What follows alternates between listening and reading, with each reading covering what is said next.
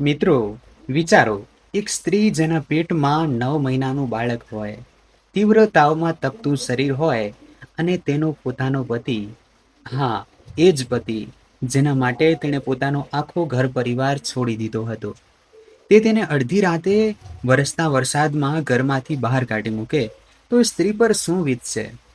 પરંતુ મિત્રો, આ વાર્તા માત્ર આંસુઓની નથી. આ વાર્તા છે એ સ્ત્રીની હિંમતની, જેણે ભાંગી પડવા છતાં હાર ન માની. અને 5 વર્ષ પછી જ્યારે એ જ પતિ તેની સામે આવ્યો, તો તેણે જે કર્યું તે જોઈને આખું શહેર હેરાન રહી ગયું. લોકો કહેતા રહી ગયા કે આવું તો કોઈ દેવી જ કરી શકે. નમસ્કાર મિત્રો, વાર્તા શરૂ કરતા પહેલા ચેનલને સબસ્ક્રાઇબ જરૂર કરી લેજો અને બેલ આઇકન દબાવી દેજો, જેથી આવી દિલને સ્પર્શી જાય તેવી વાર્તાઓ તમારા સુધી સૌથી પહેલા પહોંચતી રહે. તો ચાલો મિત્રો, હવે જઈએ સીધા વાર્તા તરફ. મિત્રો, આ વાર્તા છે રામપુર ગામની. જૂન મહિનાની બપોર હતી. આકાશમાંથી જાણે આગ વરસી રહી હતી. રસ્તાઓ સુમસામ પડ્યા હતા અને એ સુમસામ રસ્તા પર ધૂળ ઉડાડતી એક જૂની ઓટો ભાગી રહી હતી. એ ઓટો ચલાવી રહ્યો હતો કરણ, 26-27 વર્ષનો એક નવયુવાન, જેના ચહેરા પર આખા દિવસનો થાક, પરસેવાની લીટીઓ અને માથા પર ચિંતાની કરચલીઓ સ્પષ્ટ દેખાઈ રહી હતી. તેનું કમીજ પરસેવાથી પલળીને પીઠ સાથે ચોંટી ગયું હતું. સવારે 5 વાગ્યાનો નીકળેલો હતો અને હવે બપોરના 2 વાગી રહ્યા હતા. પરંતુ કમાણીના નામે ખિસ્સામાં માત્ર ₹250 હતા. કરણે ઓટો પોતાના નાના એવા કાચા પાકા ઘરની સામે રોકી. તેણે થાકેલા પગલે આંગણામાં કદમ મૂક્યો અને ઢોલિયા પર લગભગ ઢળી પડતા બેસી ગયો. પછી તેણે અકળાયેલા અવાજે બૂમ પાડી, "મીરા, ઓ મીરા, ક્યાં મરી ગઈ? પાણી લાવ જલ્દી. આખો દિવસ ખબર નહીં શું કરતી રહે છે આ ઘરમાં."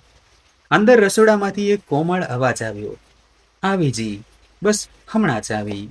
અને બીજી જ ક્ષણે હાથમાં પાણીનો તાસલો અને ગ્લાસ લઈને મીરા બહાર આવી. મિત્રો, મીરા સાદગીમાં લપેટાયેલી એક એવી સ્ત્રી, જેના ચહેરા પર ગરીબીનો થાક તો હતો, પરંતુ આંખોમાં આજે પણ પોતાના પતિ માટે એક જૂનો પ્રેમ છલકાતો હતો. તેણે પાણીનો ગ્લાસ ભરીને કરણ તરફ લંબાવ્યો. કરણ એક જ શ્વાસે આખો ગ્લાસ ખાલી કરી ગયો અને ગ્લાસ જમીન પર પછાડતા બોલ્યો, "ખાવાનું આપ જલ્દી, મારે ફરીથી શહેર જવું છે. આજે પેસેન્જર જ નથી મળી રહ્યા. આ જિંદગી પણ કોઈ સજાથી કમ નથી." મીરા ચૂપચાપ રસોડામાં ગઈ. તેણે ગરમા ગરમ રોટલીઓ શેકી, બટાકાનું શાક પીરસ્યું અને થાળી કરણની સામે મૂકી દીધી. કરણ ખાતો રહ્યો અને મીરા પાસે બેસીને પંખો નાખતી રહી. મિત્રો, આ એ સ્ત્રીનો પ્રેમ હતો જે પોતે બપોર સુધી ભૂખી હતી, પરંતુ પહેલા પોતાના પતિને ખવડાવી રહી હતી. પરંતુ મિત્રો, શું તમને ખબર છે, આ એ જ કરણ હતો જે ક્યારેક મીરા માટે ચાંદ તારા તોડી લાવવાની વાતો કરતો હતો. જરા 5 વર્ષ પાછળ જઈએ. મિત્રો, 5 વર્ષ પહેલાની વાત છે. મીરા તેના પિયરમાં રહેતી હતી. પાસેના ગામ સૂરજપુરમાં તેના પિતાની કાપડની એક નાની દુકાન હતી. મીરાને સીવણ ભરતકામનો ખૂબ શોખ હતો. તેના હાથમાં જાણે જાદુ હતો. તે કાપડ પર ફૂલો એવી રીતે ભરતી કે જોનાર જોતો જ રહી જાય. એક દિવસ મીરા તેની બહેનપણીના લગ્નમાં ગઈ હતી. ત્યાં જ પહેલી વાર તેની નજર કરણ સાથે મળી. કરણ એ લગ્નમાં મંડપનો સામાન પહોંચાડવા આવ્યો હતો. મીરા પાણીનો ઘડો ઉપાડીને જઈ રહી હતી કે અચાનક તેનો પગ લપસ્યો અને ઘડો પડવાનો જ હતો કે કરણે દોડીને ઘડો પણ સંભાળી લીધો અને મીરાને પણ. 2 ક્ષણ માટે બંનેની આંખો મળી. અને મિત્રો, કહેવાય છે ને કે કેટલીક મુલાકાતો નસીબ પોતે લખે છે. એ મુલાકાત પણ કંઈક એવી જ હતી. કરણે ધીમેથી કહ્યું હતું, "સાંભળીને ચાલો, વાગી જાત તો?" અને મીરાએ નજર ટાળીને બસ એટલું જ કહ્યું હતું, "શુક્રિયા." બસ મિત્રો, ત્યાંથી જ શરૂ થઈ હતી એક નિર્દોષ મોહબ્બત. પછી મુલાકાતો વધી. ક્યારેક મંદિરના પગથિયા પર તો ક્યારેક ગામના મેળામાં. કરણ એ દિવસોમાં મહેનતુ પણ હતો અને દિલદાર પણ. તે મીરાને કહેતો, "મીરા, હું ગરીબ જરૂર છું, પણ જોજે, એક દિવસ હું તને રાણી બનાવીને રાખીશ, તારી આંખોમાં ક્યારેય આંસુ નહીં આવવા દઉં. અને મીરા હસીને કહી દેતી, મારે રાણી નથી બનવું કરણ, મને તો બસ તમારો સાથ જોઈએ છે. સૂકો રોટલો ખાઈ લઈશ, પણ તમારી સાથે હર હાલમાં ખુશ રહીશ. બંનેના ઘરવાળાઓએ પહેલા તો આ સંબંધનો વિરોધ કર્યો, કારણ કે કરણ પાસે ન તો પાકું ઘર હતું, ન કોઈ જમા પૂંજી. મીરાના પિતાએ સાફ કહી દીધું હતું, એ ઓટોવાળા સાથે લગ્ન કર્યા તો સમજી લેજે કે તારો આ ઘર સાથે કોઈ સંબંધ નથી. પરંતુ મીરાએ પોતાના પ્રેમ પર ભરોસો રાખ્યો. તેણે પોતાના પિતાના પગ પકડીને કહ્યું હતું, બાપુજી, દોલતથી ઘર બને છે, પણ પ્રેમથી જિંદગી બને છે. મને કરણ પર પૂરો ભરોસો છે. આખરે એક નાના એવા મંદિરમાં થોડાક લોકોની હાજરીમાં મીરા અને કરણના લગ્ન થઈ ગયા. મીરાના પિતાએ દીકરીને વિદાય તો આપી, પરંતુ નારાજગી દિલમાં રાખી લીધી. લગ્નના શરૂઆતના દિવસો મિત્રો કોઈ સપના જેવા હતા. કરણ આખો દિવસ ઓટો ચલાવતો અને સાંજે પાછા ફરતી વખતે ક્યારેક મીરા માટે ગજરો લઈ આવતો તો ક્યારેક 2 રૂપિયાની સેંક. બંને છત પર બેસીને તારા ગણતા અને પોતાના સપનાઓની વાતો કરતા. કરણ કહેતો, મીરા, એક દિવસ આપણું પાકું ઘર હશે, આંગણામાં તુલસીનો ક્યારો હશે, આપણા બાળકો આ જ આંગણામાં રમશે. અને મીરા શરમાઈને તેના ખભા પર માથું મૂકી દેતી. પરંતુ મિત્રો, સમય હંમેશા એક સરખો નથી રહેતો. વર્ષો વીતતા ગયા, મોંઘવારી વધતી ગઈ અને કમાણી ઘટતી ગઈ. ઓટો જૂની થતી ગઈ. દર મહિને કંઈક ને કંઈક બગાડ થતો. ઉપરથી લગ્નને 5 વર્ષ થઈ ગયા હતા, પરંતુ ઘરમાં કિલકિલારી ગુંજી નહોતી. ગામની સ્ત્રીઓ મેણા મારતી, સગા સંબંધીઓ પ્રશ્નો પૂછતા, અને આ બધી વાતોએ ધીમે ધીમે કરણની અંદરની મીઠાશને કડવાશમાં બદલી નાખી. હવે તે વાતે વાતે ચીડાવા લાગ્યો હતો, બૂમો પાડવા લાગ્યો હતો, અને મીરા એ બધું ચૂપચાપ સહન કરતી રહી, કારણ કે તેને વિશ્વાસ હતો કે તેનો કરણ એક દિવસ ફરીથી પહેલા જેવો થઈ જશે. પરંતુ મિત્રો, તેને ક્યાં ખબર હતી કે નસીબ તેની જિંદગીમાં એક એવું તોફાન લખવાનું છે જે બધું ઉજાડીને મૂકી દેશે. હવે પાછા આવીએ એ જ બપોર પર. કરણ ખાવાનું ખાઈને ફરીથી ઓટો લઈને શહેર તરફ નીકળી ગયો. મીરાએ વાસણ સમેટ્યા અને આંગણામાં કચરો વાળવા લાગી. ત્યાં જ અચાનક તેની આંખો સામે અંધારા છવાઈ ગયા. માથું ભમવા લાગ્યું અને તે દિવાલના સહારાથી ત્યાં જ બેસી ગઈ. મિત્રો, છેલ્લા ઘણા દિવસોથી તેને આવા જ ચક્કર આવી રહ્યા હતા. જીવ ગભરાતો હતો, પરંતુ આજે હાલત કંઈક વધારે જ ખરાબ હતી. મીરાએ ઘૂંઘટ સંભાળ્યો અને ધીમે ધીમે ચાલતી ગામના વૃદ્ધ દાઈમાના ઘરે પહોંચી. દાઈમાએ તેનો હાથ પકડ્યો, નાડી જોઈ, કેટલાક પ્રશ્નો પૂછ્યા, અને પછી અચાનક તેમના કરચલીવાળા ચહેરા પર એક ચમકતી મુસ્કાન છવાઈ ગઈ. તેમણે મીરાના માથા પર હાથ મૂકતા કહ્યું, અભિનંદન બેટા, તું માં બનવાની છે. મિત્રો, આ શબ્દો સાંભળતા જ મીરાના હાથ આપોઆપ પોતાના પેટ પર જતા રહ્યા. તેની આંખોમાંથી આંસુ છલકાઈ પડ્યા, પરંતુ આ આંસુ દુઃખના નહીં, ખુશીના હતા. 5 વર્ષના મેણા, 5 વર્ષની પ્રાર્થનાઓ, 5 વર્ષની રાહ. આજે જઈને ભગવાને તેની સાંભળી લીધી હતી. તેણે આકાશ તરફ જોઈને હાથ જોડ્યા અને ગદગદ અવાજે બોલી, હે ભગવાન, તારો લાખ લાખ શુક્ર છે. હવે બધું સરખું થઈ જશે. હવે મારો કરણ પણ ખુશ થઈ જશે. આખા રસ્તે મીરાના પગ જાણે જમીન પર પડતા નહોતા તે વિચારી રહી હતી. આજે જ્યારે કરણ ઘરે આવશે ત્યારે હું તેને આ ખુશ ખબરી આપીશ. તે કેટલો ખુશ થશે. કદાચ પહેલાની જેમ મને ગળે લગાડી લેશે. કદાચ ફરીથી એ જ જૂનો કરણ પાછો આવી જશે. પરંતુ મિત્રો, બીજી તરફ શહેરના રસ્તા પર નસીબ કંઈક અલગ જ રમત રમી રહ્યું હતું. કરણ પોતાની ઓટો લઈને પેસેન્જરોની શોધમાં રખડી રહ્યો હતો. ત્યારે જ રસ્તા કિનારે ઊભેલી એક છોકરીએ હાથ આપીને ઓટો રોકાવી.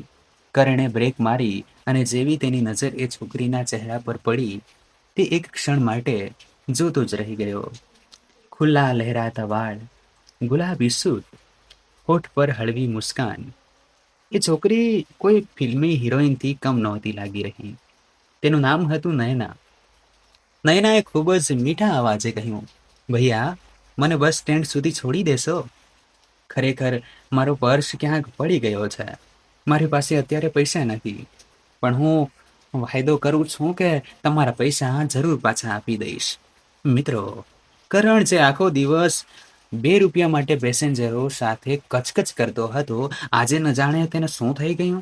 તેણે એકદમ નરમ અવાજે કહ્યું, અરે કોઈ વાંધો નહીં જી, તમે બેસો. પૈસાનું શું છે, એ તો આવતા જતા રહે છે. નયના મુસ્કુરાઈને ઓટોમાં બેસી ગઈ. આખા રસ્તેથી મીઠી મીઠી વાતો કરતી રહી. તમે કેટલા સારા છો. આજના જમાનામાં આવા મદદગાર લોકો ક્યાં મળે છે? અને કરણ, તે તો જાણે હવામાં ઉડવા લાગ્યો હતો. બસ સ્ટેન્ડ પર ઉતરતા જ નયનાએ ખૂબ જ માસુમિયતથી કહ્યું, તમે તમારો નંબર આપી દો. જેવા મારી પાસે પૈસા આવશે, હું ફોન કરીને પાછા આપી દઈશ. આ મારો વાયદો રહ્યો. કરણે ઝટપટ પોતાનો નંબર લખાવી દીધો. નયના એક અદાથી મુસ્કુરાઈ અને જતી રહી.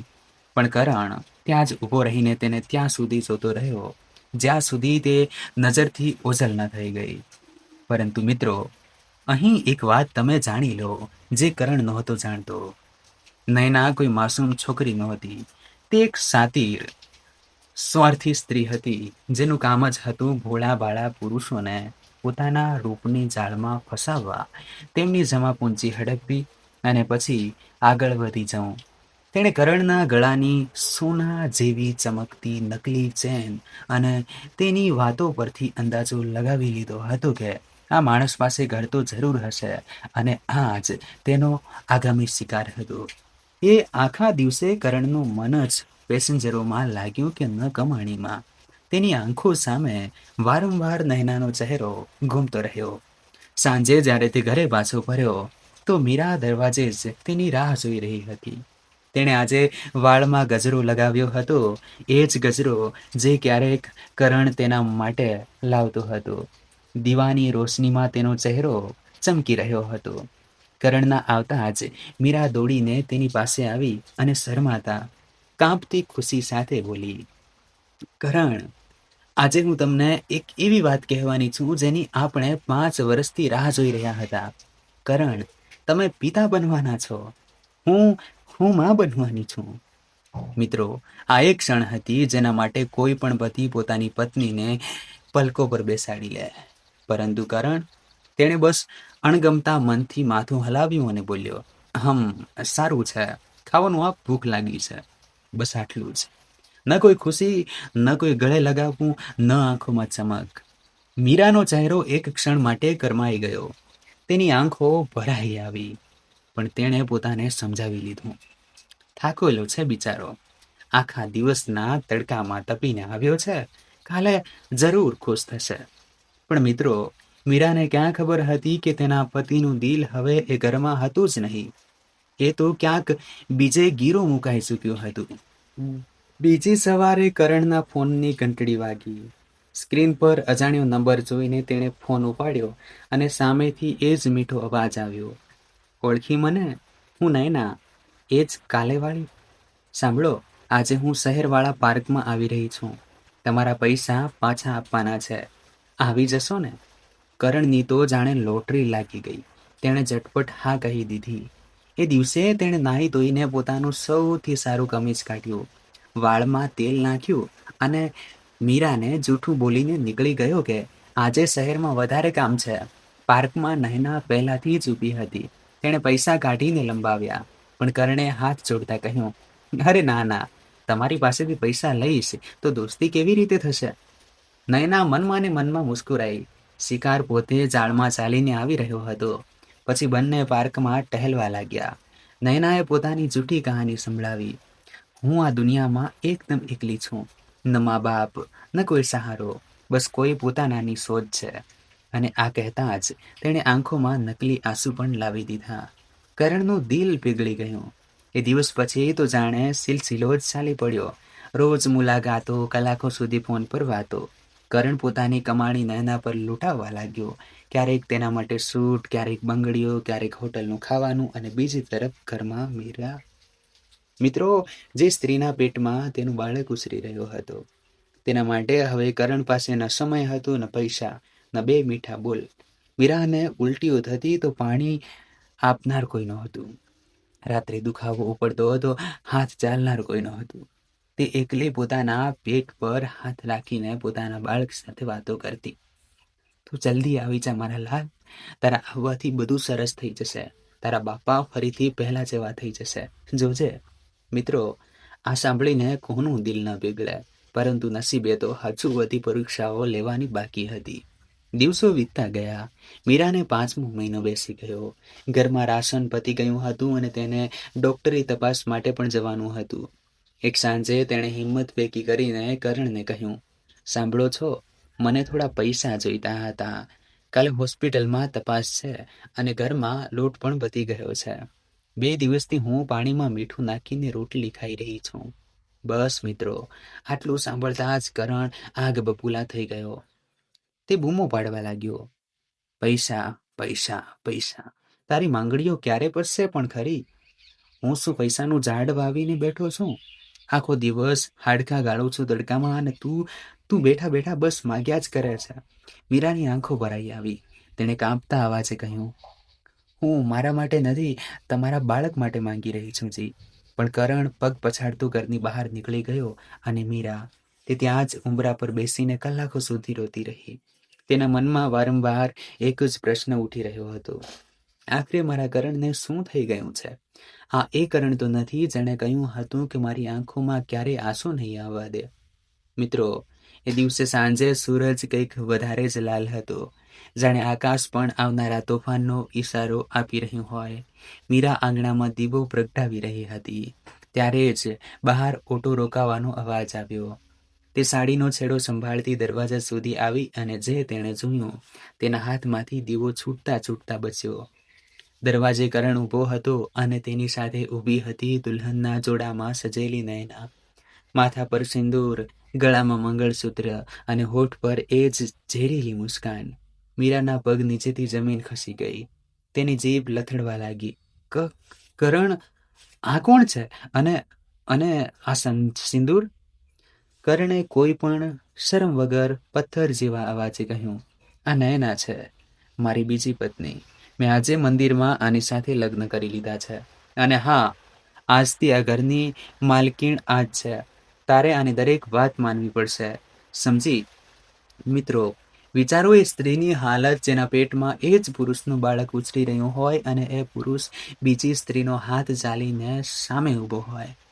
મીરા ત્યાં જમીન પર બેસી ગઈ. તેણે રોતા રોતા કરણના પગ પકડી લીધા. આ તમે શું કહી રહ્યા છો જી? મેં તમારા માટે મારા બાપનું ઘર છોડ્યું, 5 વર્ષ દરેક સુખ દુઃખ હસીને સહન કર્યું, અને હવે જ્યારે તમારું બાળક મારી કોખમાં છે, જ્યારે તમે મને આ બદલો આપી રહ્યા છો? બોલો ને, મારાથી શું ભૂલ થઈ? પરંતુ કરણે પોતાનો પગ અડધો આંચકો મારીને છોડાવી લીધો, અને નયનાનો હાથ પકડીને અંદર જતો રહ્યો. મીરા ત્યાં જ આંગણામાં માથું પકડીને બેસી રહી, અને તેના આંસુઓથી આંગણાની માટી ભીંજાતી રહી. એ રાતે મીરાએ પોતાના પેટ પર હાથ રાખ્યો અને સિસકારા ભરતા બોલી, મારા બાળક, લાગે છે તારી માના નસીબમાં સુખ લખાયું જ નથી. પણ તું ગભરાતો નહીં, તારી માં જીવતી છે. જ્યાં સુધી શ્વાસ છે ત્યાં સુધી તારા પર આંચ નહીં આવવા દઉં.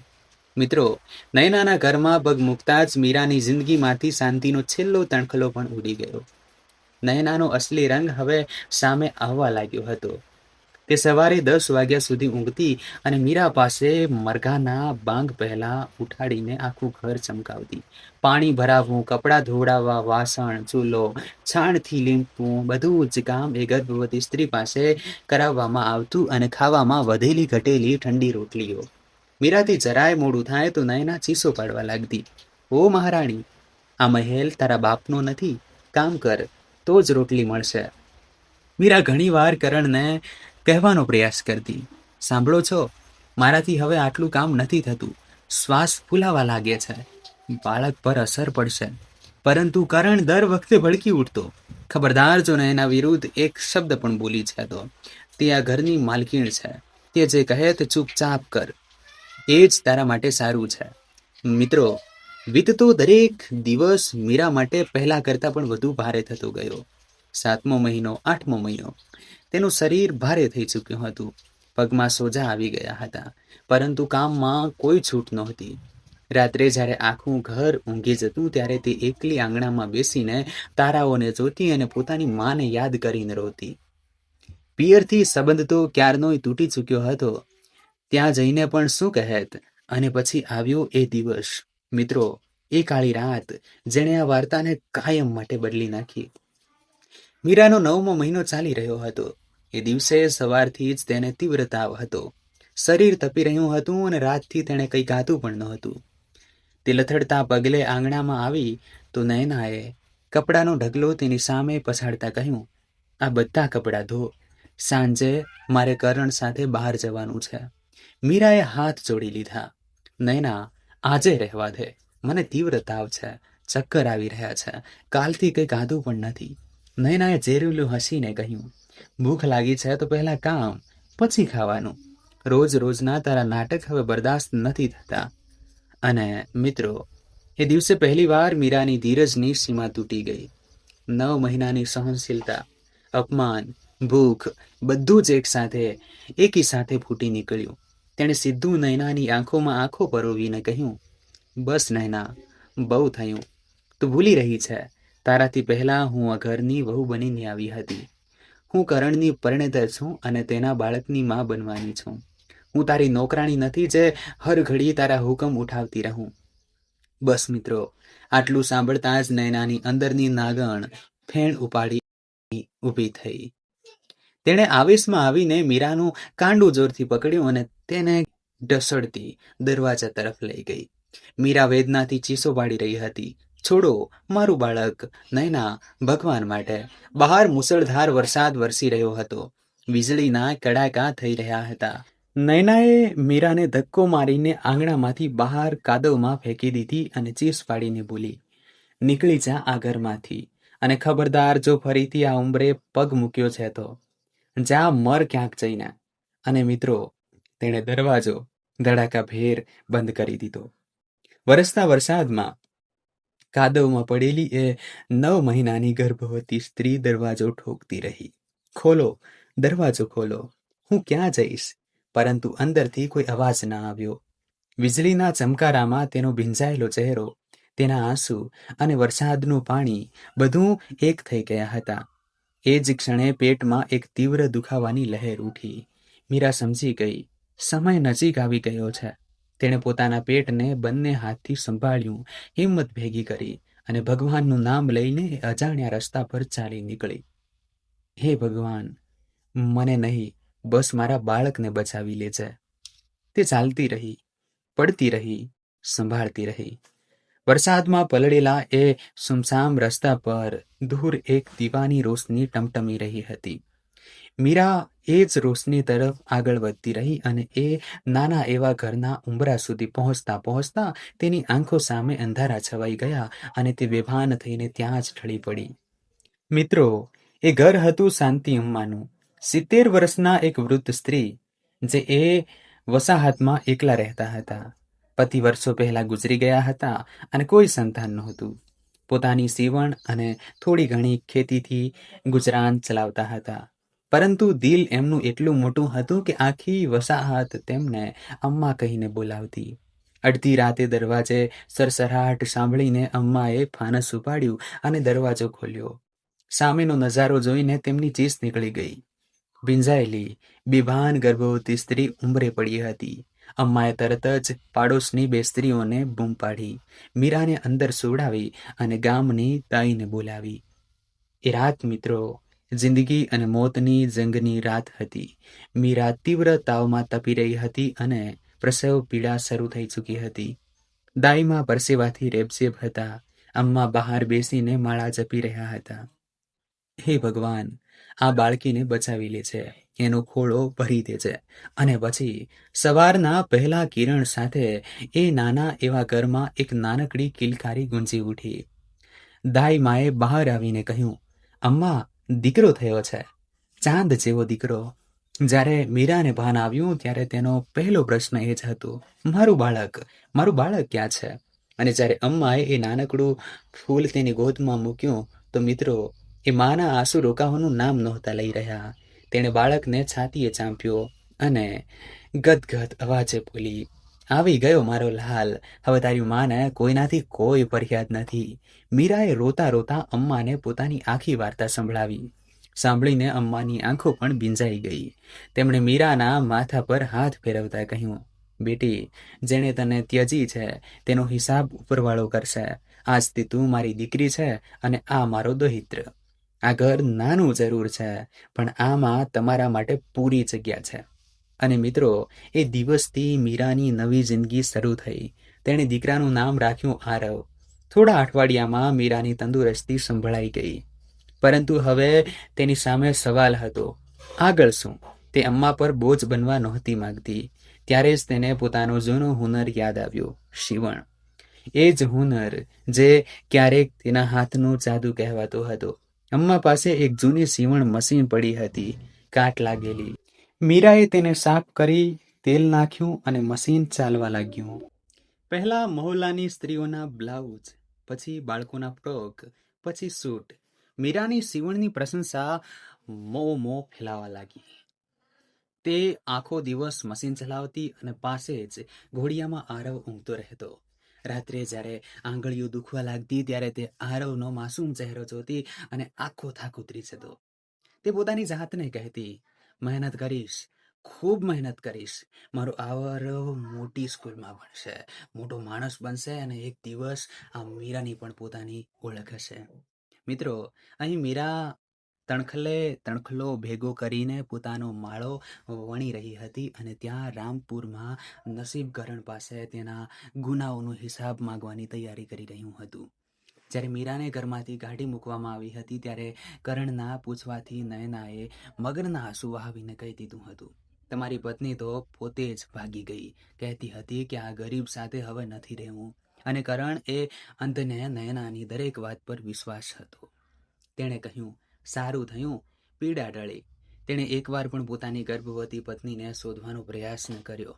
ત્યાં સુધી કે જ્યારે મીરાના પિયરવાળાઓ સુધી આ સમાચાર પહોંચ્યા તો તેમણે પણ એવું જ સમજી લીધું કે મીરાએ જ ઘર છોડ્યું છે અને તેમણે પણ મોં ફેરવી લીધું. પરંતુ મિત્રો, કહેવાય છે ને કે ઉપરવાળાના ઘરમાં મોડું છે પણ અંધેર નથી. નયના ધીમે ધીમે પોતાની અસલી રમત રમી ચૂકી હતી. તેણે પ્રેમનું નાટક કરીને કરણ પાસેથી ઘર પોતાના નામે કરાવી લીધું હતું. જો મારાથી સાચો પ્રેમ કરતા હો તો પુરાવો આપો. અને કરણ એ નશામાં અંધ થઈને અંગૂઠો આપી બેઠો હતો. પછી એક સાંજે કરણ શહેરથી પાછો ફરી રહ્યો હતો કે સામેથી આવતા ટ્રકે તેની ઓટોને ટક્કર મારી દીધી. ઓટોના ભૂકડા બોલી ગયા અને જ્યારે હોસ્પિટલમાં કરણની આંખ ખુલી ત્યારે ડૉક્ટરે કહ્યું, તમારો એક પગ હવે ક્યારેય કામ નહીં કરે. વ્હીલચેર પર બેસીને જ્યારે કરણ ઘરે પહોંચ્યો ત્યારે તેણે રોતા રોતા નયનાને કહ્યું, નયના, બધું પતી ગયું, પગ ગયો, ઓટો ગઈ, પણ તું છે ને, તું સાથ આપીશ તો બધું સરખું થઈ જશે. નયનાએ એક નજર તેની વ્હીલચેર પર નાખી અને બીજી સવારે હાથમાં બેગ લઈને સામે ઊભી હતી. કરણે ગભરાઈને પૂછ્યું, નયના, આ બેગ? તું ક્યાં જઈ રહી છે? નયનાએ અટ્ટહાસ્ય કર્યું, એ ઝેરીલું અટ્ટહાસ્ય જે કરણના કાનમાં કાયમ માટે ગૂંજતું રહી ગયું. ક્યાં જઈ રહી છું? અરે બુદ્ધુ, એ તો એ જ દિવસે જતી રહી હતી જે દિવસે આ ઘર મારા નામે થયું હતું. અને સાંભળ, આ ઘર મેં વેચી દીધું છે. પરમ દિવસે નવા માલિક આવી જશે. અને હા, એક સત્ય બીજું સાંભળતો જા, તારી એ સીધી સાદી પત્ની તે પોતે નથી ગઈ. એ વરસતી રાતે મેં જ તેને ધક્કા મારીને કાઢી હતી, 9 મહિનાના પેટ સાથે. અને તું એ રાતે પણ નશામાં ધૂત અહીં ઊભો રહ્યો હતો. તે તો ફરીને પૂછ્યું પણ નહીં. હવે ભોગવ અપંગ ક્યાંકનો. અને નયના ખણખણતી બંગડીઓ અને ઝેરીલી મુસ્કાન સાથે કાયમ માટે જતી રહી. મિત્રો, કરણ ત્યાં જ વ્હીલચેર પર પથ્થર બનીને બેસી રહ્યો. તેની આંખો સામે એક એક કરીને બધા નજારા ઘૂમવા લાગ્યા. મંદિરના પગથિયાવાળી મીરા, ગજરાવાળી મીરા, તમે પિતા બનવાના છો, કહેતી મીરા, પગ પકડીને કરગરતી મીરા. તેણે પોતાનું માથું ફૂટી લીધું અને ધ્રુસકે ધ્રુસકે રોઈ પડ્યો. હે ભગવાન, આ મેં શું કરી નાખ્યું? મારી મીરા, મારું બાળક એ વરસતી રાતે એ ક્યાં ગઈ હશે? જીવતી પણ હશે કે નહીં? હું પાપી છું, હું કાતિલ છું, મારા જ પરિવારનો. 2 દિવસ પછી ઘરના નવા માલિકો આવી ગયા અને કરણને બહાર કાઢી મૂકવામાં આવ્યો. હવે તેની પાસે ન ઘર હતું, ન પગ, ન કોઈ પોતાનું. તે વ્હીલચેર ઢસડતો શહેરના રસ્તાઓ પર આવી ગયો અને એ જ કરણ જે ક્યારેક પોતાની પત્નીને 2 રોટલીઓ માટે તરસાવતો હતો, આજે પોતે 2 રોટલી માટે હાથ લંબાવવા લાગ્યો. દર રાતે ફૂટપાથ પર ઊંઘતી વખતે તે બસ એક જ નામ બબડતો, મીરા, મને માફ કરી દે, એકવાર, બસ એકવાર મળી જા. મિત્રો, સમયનું ચક્ર ફરતું રહ્યું. પૂરા 5 વર્ષ વીતી ગયા અને આ 5 વર્ષોમાં મીરા જે ક્યારેક વરસતી રાતે કાદવમાં પડી હતી, આજે શહેરના જાણીતા મીરા બુટીકની માલકીણ હતી. તેની લગન જોઈને એ મોટા ઘરની માલકીણે, જ્યાં અમ્મા ક્યારેક કામ કરતા હતા, તેને પહેલો મોટો ઓર્ડર અપાવ્યો હતો. પછી ઉધાર આપીને દુકાન ખોલાવી હતી અને મીરાએ પાછું ફરીને નહોતું જોયું. નાની એવી દુકાનથી શરૂ થયેલી સફર હવે એક બુટીક બની ચૂકી હતી, જ્યાં 10 ગરીબ છોકરીઓ કામ કરતી હતી. એ છોકરીઓ જેમને મીરાએ માત્ર કામ નહીં, હુનર અને ઇજ્જત આપ્યા હતા. તેનું પોતાનું ઘર હતું, પોતાની ગાડી હતી અને સૌથી મોટી દોલત તેનો 5 વર્ષનો આરવ, જે હવે શહેરની સારી સ્કૂલમાં ભણતો હતો. અમ્મા હજુ પણ તેની સાથે હતા, દાદી બનીને આરવને વાર્તાઓ સંભળાવતા હતા. પરંતુ મિત્રો, સફળતાની આ ચમક પાછળ મીરાના દિલના કોઈ ખૂણામાં આજે પણ એક ઘા લીલો હતો. જ્યારે આરવ માસુમિયતથી પૂછતો, મમ્મા, બધાના પપ્પા છે, મારા પપ્પા ક્યાં છે? તો મીરાનું કાળજું કપાઈ જતું. તે બસ એટલું જ કહેતી, બેટા, તારા પપ્પા ખૂબ દૂર ગયા છે. અને પછી આવ્યો એ દિવસ મિત્રો, જેના માટે આ આખી વાર્તા લખાઈ હતી. શિયાળાની એક સાંજ હતી. મીરા પોતાની ગાડીમાં બુટીકથી ઘરે પાછી ફરી રહી હતી. 4 રસ્તાની લાલ લાઇટ પર ગાડી રોકાઈ અને ત્યારે જ તેની નજર રસ્તા કિનારે પડી. એક ભિખારી, ફાટેલા તૂટેલા કપડાં, વિખરાયેલા સફેદ થતા વાળ, વધેલી દાઢી, તૂટેલી વ્હીલચેર પર બેસીને કાપતા હાથે વાટકો લંબાવી રહ્યો હતો. મીરાનું દિલ ભરાઈ આવ્યું. તેણે પર્સમાંથી 100ની નોટ કાઢી, ગાડી કિનારે લગાવી અને તેની પાસે જઈને બોલી, આ રાખો બાબા, ગરમ ખાવાનું ખાઈ લેજો. અને જેવા એ ભિખારીએ નજર ઊંચી કરી, મિત્રો, સમય ત્યાં જ થંભી ગયો. એ કરણ હતો. નોટ મીરાના હાથમાંથી છૂટીને હવામાં લહેરાતી રહી. બંનેની આંખો એકબીજામાં સ્થિર થઈ ગઈ. કરણના હોઠ કાંપ્યા. તેની આંખોમાંથી આંસુઓનો સેલાબ ફૂટી નીકળ્યો. તેણે કાંપતા હાથ જોડ્યા અને વ્હીલચેર પરથી લગભગ ઢળી પડતા મીરાના પગ તરફ નમ્યો. મીરા, મારી મીરા, તું જીવતી છે? હે ભગવાન, મને માફ કરી દે મીરા, હું પાપી છું. મેં તારી સાથે, મારા બાળક સાથે જે કર્યું તેની કોઈ માફી નથી. ભગવાને મને મારા દરેક ગુનાની સજા આપી દીધી. પગ ગયો, ઘર ગયું, ઇજ્જત ગઈ, બધું ગયું. બસ એક બોજ બચ્યો છે, મને માફ. મીરા 2 કદમ પાછળ હટી ગઈ. તેની આંખોમાં આંસુ હતા, પરંતુ અવાજમાં 5 વર્ષોની તપસ્યાની મજબૂતી હતી. તેણે કહ્યું, માફી? કઈ વાતની માફી કરણ? એ રાતની જ્યારે તારી પત્ની 9 મહિનાના પેટ સાથે વરસાદમાં ભટકતી હતી અને તું નવી વહુ સાથે ઊંઘી રહ્યો હતો? કે એ 5 વર્ષોની, જ્યારે તે એકવાર પણ ન શોધ્યું કે તારું બાળક જીવતું પણ છે કે નહીં? કરણની માનસુક ગરદન ઝૂકી ગઈ. મીરાએ ઊંડો શ્વાસ લીધો અને કહ્યું, મેં ભૂખ સહન કરી, અપમાન સહન કર્યું, કૂતરા જેવી જિંદગી જીવી, પણ આજે હું મારા પગ પર ઊભી છું, મારા દીકરા સાથે ખુશ છું. હું તને માફ કરું છું કરણ, જેથી મારા મનનો બોજ ઉતરી જાય. પણ મારી જિંદગીમાં હવે તારી કોઈ જગ્યા નથી. અને તે ફરી ગાડીમાં બેસીને જતી રહી. પાછળ કરણ રસ્તા કિનારે બેસીને ધ્રુસકે ધ્રુસકે રોતો રહ્યો. પરંતુ મિત્રો, ઘરે પહોંચીને મીરાની હાલત કોઈનાથી છુપી ન રહી શકી. તે પોતાના રૂમમાં જઈને ખૂબ રોઈ પડી. પહેલો પ્રેમ, પહેલો સાથી, ભલે ગમે એટલો મોટો ગુનેગાર કેમ ન હોય, તેની એ હાલત જોઈને મીરાનું દિલ ચીસું પાડી રહ્યું હતું. અમ્માએ તેને રોતી જોઈ તો પાસે બેસાડીને માથા પર હાથ ફેરવ્યો. શું થયું બેટી? અને મીરાએ આખી વાત કહી દીધી. અમ્મા થોડી વાર ચૂપ રહ્યા. પછી તેમણે જે કહ્યું તે મિત્રો આ વાર્તાનો આત્મા છે. બેટી, ગૌરથી સાંભળ. બદલો લેવો ખૂબ સરળ હોય છે, માફ કરવું સૌથી મુશ્કેલ. જે તેણે તારી સાથે કર્યું તે ગુનો હતો અને ભગવાને તેને તેની સજા પણ આપી દીધી.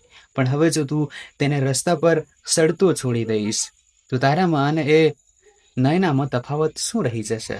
અને એક વાત વિચાર, તારો આરવ રોજ પૂછે છે ને, મારા પપ્પા ક્યાં છે? શું તું ઈચ્છે છે કે કાલે તેને ખબર પડે કે તેનો બાપ રસ્તા પર ભીખ માંગતા મરી ગયો અને તેની માએ જોઈને પણ મોં ફેરવી લીધું? બેટી, મોટો એ નથી હોતો જે પડેલાને ઠોકર મારે, મોટો એ હોય છે જે પડેલાને ઉપાડી લે. જા, આ પહેલા કે મોડું થઈ જાય. મિત્રો, મીરાની આંખો સામે આરવનો માસૂમ ચહેરો ઘૂમી ગયો. મમ્મા, મારા પપ્પા ક્યાં છે? અને બીજી જ ક્ષણે તે ગાડીની ચાવી ઉપાડીને દોડી પડી. 4 રસ્તા પર પહોંચી તો કરણ ત્યાં નહોતો. મીરાનું દિલ ધકથી રહી ગયું. તેણે પાસેના લારીવાળાને પૂછ્યું તો તેણે જણાવ્યું, મેડમ, એ અપંગ, એ તો હમણાં જ સ્ટેશન તરફ ગયો. કહેતો હતો આ શહેરમાં હવે એનું કોઈ નથી. મીરાએ ગાડી દોડાવી. સ્ટેશનવાળા રસ્તા પર ધીમે ધીમે વ્હીલચેર ઢસડતો કરણ જઈ રહ્યો હતો. મીરાએ ગાડી તેની આગળ રોકી. નીચે ઉતરીને તેનો રસ્તો રોક્યો અને ભરાયેલી આંખે કહ્યું, ક્યાં જઈ રહ્યા છો કરણ? કરણે ચોંકીને જોયું. મીરા, તું? હું આ શહેર છોડીને જઈ રહ્યો છું. તારી ખુશીઓ પર મારી પરછાઈ નહીં પડવા દઉં. મીરાએ કાંપતા અવાજે કહ્યું. અને તમારો દીકરો આરવ 5 વર્ષનો થઈ ગયો છે. દર રાતે ઊંઘતા પહેલા પૂછે છે, મમ્મા, મારા પપ્પા ક્યારે આવશે? શું તમે તમારા દીકરાને મળ્યા વગર જ ચાલ્યા જશો? દીકરો, આ એક શબ્દ સાંભળતા જ કરણ તરફડી ઉઠ્યો. મારો દીકરો? મીરા, મારું બાળક જીવતું છે. ક્યાં છે એ? એકવાર, બસ એકવાર એને જોઈ લઉં, પછી ભલે મોત જ કેમ ન આવી જાય. મીરાએ આગળ વધીને વ્હીલચેરનું હેન્ડલ થામ્યું અને કહ્યું, ચાલો, એ તમારી રાહ જોઈ રહ્યો છે. મિત્રો, એ સાંજે શહેરના એ મોટા ઘરની સામે જ્યારે મીરાની ગાડી રોકાઈ અને તેમાંથી મીરા એક ફાટેલા તૂટેલા અપંગ માણસને સહારો આપીને ઉતારવા લાગી તો આજુબાજુના લોકો હેરાન થઈને જોઈ રહ્યા. અને જ્યારે લોકોને ધીમે ધીમે ખબર પડી કે આ એ જ પતિ છે જેણે ક્યારેક આ જ સ્ત્રીને સબરગા હાલતમાં ઘરમાંથી કાઢી મૂકી હતી અને આજે એ સ્ત્રી તેને ઇજ્જત સાથે પોતાના ઘરે લાવી રહી છે. તો મિત્રો, સચમુચ જોનારા આશ્ચર્યચકિત થઈ ગયા. કોઈકે કહ્યું, આવું કાળજું તો દેવીનું જ હોઈ શકે. તો કોઈકે હાથ છોડી લીધા. ઘરની અંદર કરણને નવડાવવામાં આવ્યો, નવા કપડાં આપવામાં આવ્યા અને પછી એક ક્ષણ આવી. આરવ સ્કૂલેથી પાછો ફર્યો. મીરાએ તેનો હાથ પકડ્યો અને કરણની સામે લાવીને કહ્યું, આરવ બેટા, જો તારા પપ્પા આવી ગયા. આરવ એક ક્ષણ અટક્યો, પછી ધીમેથી બોલ્યો, પપ્પા? અને બીજી જ ક્ષણે તે દોડીને કરણને વળગી પડ્યો.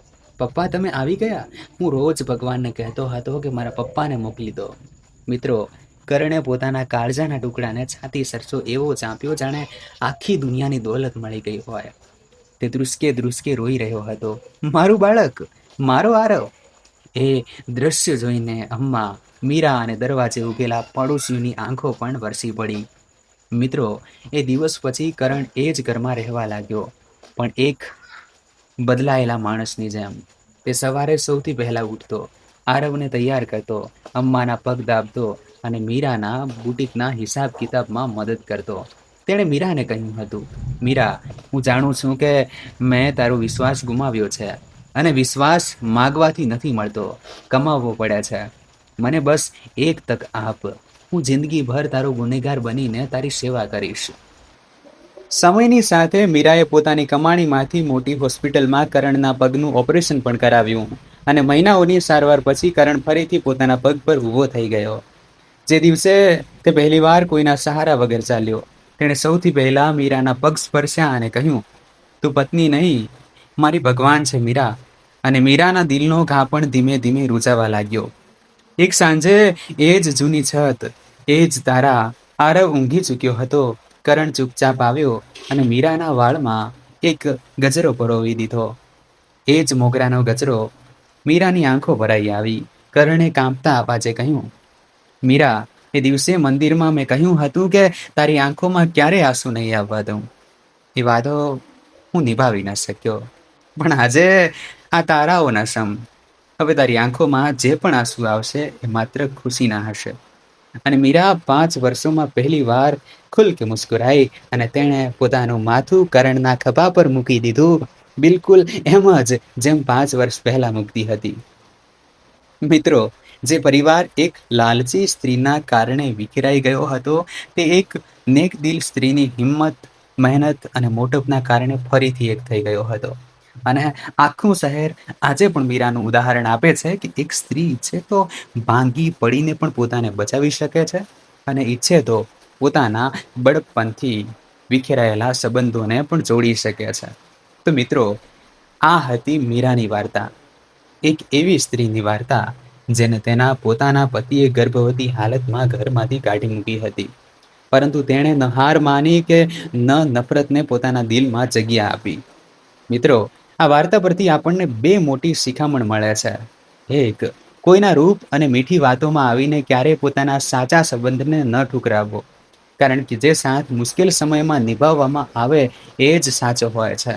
નંબર 2, સ્ત્રી નબળી નથી હોતી. સમય તેને જેટલો તોડે છે તે એટલી જ મજબૂત થઈને ઊભી થાય છે. મિત્રો, તમને શું લાગે છે? મીરાએ કરણને પાછો અપનાવીને સારો નિર્ણય કર્યો કે ખોટો? તમારો અભિપ્રાય અમને કોમેન્ટ બોક્સમાં જરૂર જણાવજો. હું તમારી દરેક કોમેન્ટ વાંચું છું. જો આ વાર્તા તમારા દિલને સ્પર્શી ગઈ હોય તો વિડીયોને લાઈક કરજો, તમારા મિત્રો અને પરિવાર સાથે શેર કરજો. અને જો તમે આપણી ચેનલ પર નવા હોવ તો અત્યારે જ સબસ્ક્રાઇબ કરી લેજો અને બેલ આઇકન જરૂર દબાવી દેજો, જેથી આવી જ દિલને સ્પર્શી જાય તેવી વાર્તાઓ તમારા સુધી સૌથી પહેલા પહોંચે. મળીએ એક નવી વાર્તા સાથે. ત્યાં સુધી તમારું અને પોતાના લોકોનું ધ્યાન રાખજો. ધન્યવાદ. Please subscribe this channel. ધન્યવાદ.